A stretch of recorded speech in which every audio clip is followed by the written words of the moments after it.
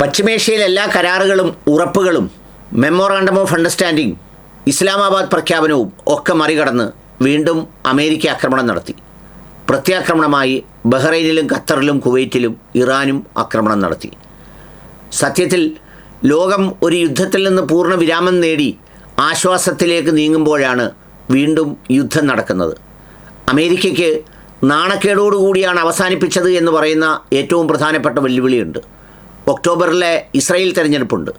അതിനുശേഷം നടക്കാൻ പോകുന്ന അമേരിക്കൻ തെരഞ്ഞെടുപ്പുണ്ട്. ഈ തെരഞ്ഞെടുപ്പുകളുടെയൊക്കെ ഫലം തങ്ങളുടെ രാഷ്ട്രീയ ജീവിതത്തെ ബാധിക്കുമെന്നുള്ളതിനാൽ കാരണങ്ങളുണ്ടാക്കി ആക്രമിക്കുക എന്ന പതിവ് രീതിയാണ് ഇവിടെയും അവലംബിച്ചിരിക്കുന്നത്. ഏതായാലും ആക്രമണം ഈ പറഞ്ഞ കരാറുകൾക്കും ധാരണകൾക്കും വിരുദ്ധമായി ആണ് സംഭവിച്ചത്. അതുകൊണ്ട് തന്നെ പ്രത്യാക്രമണവും അതുപോലെ നടത്തി എന്നാണ് IRGC പറയുന്നത്.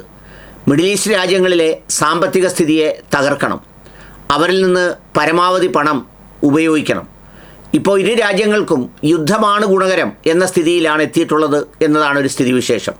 അതായത് അമേരിക്കയ്ക്കും ഇറാനും യുദ്ധം കൊണ്ട് കാര്യമായ നഷ്ടം സംഭവിക്കാതിരിക്കുന്ന വിധം അവരവരുടെ കാര്യങ്ങളെ ക്രമീകരിച്ചാണ് മുന്നോട്ട് പോകുന്നത്. മിഡിൽ ഈസ്റ്റാണ് ഇതിൻ്റെ ഏറ്റവും വലിയ ദുരന്തം അനുഭവിക്കുന്നത്. കഴിഞ്ഞ ദിവസം ഈ ആക്രമണത്തിന് മുമ്പായി തന്നെ ട്രംപ് ട്രൂത്ത് സോഷ്യൽ മീഡിയയിൽ താൻ തവിടുപൊടിയാക്കുമെന്നും പഴയതുപോലുള്ള പ്രസ്താവനകളുമൊക്കെയായി മുന്നോട്ട് വന്നു.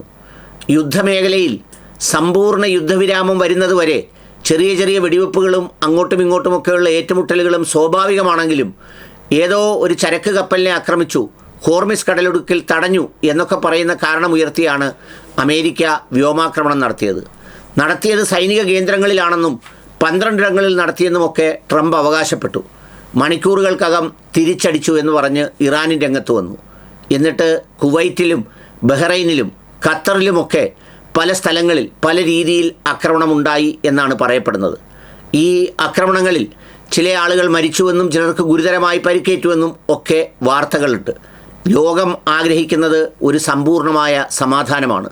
മിഡിൽ ഈസ്റ്റ് ആഗ്രഹിക്കുന്നതും അതാണ്. ഈ കരാറിൻ്റെ പശ്ചാത്തലത്തിൽ ഒരു സമാധാനത്തിൻ്റെ വഴിയിലേക്കാണ് ലോകം സഞ്ചരിക്കുന്നത് എന്ന് തോന്നിക്കുമ്പോഴാണ് ഈ കടുത്ത ആക്രമണവുമായി അമേരിക്ക രംഗത്ത് വന്നിട്ടുള്ളത്.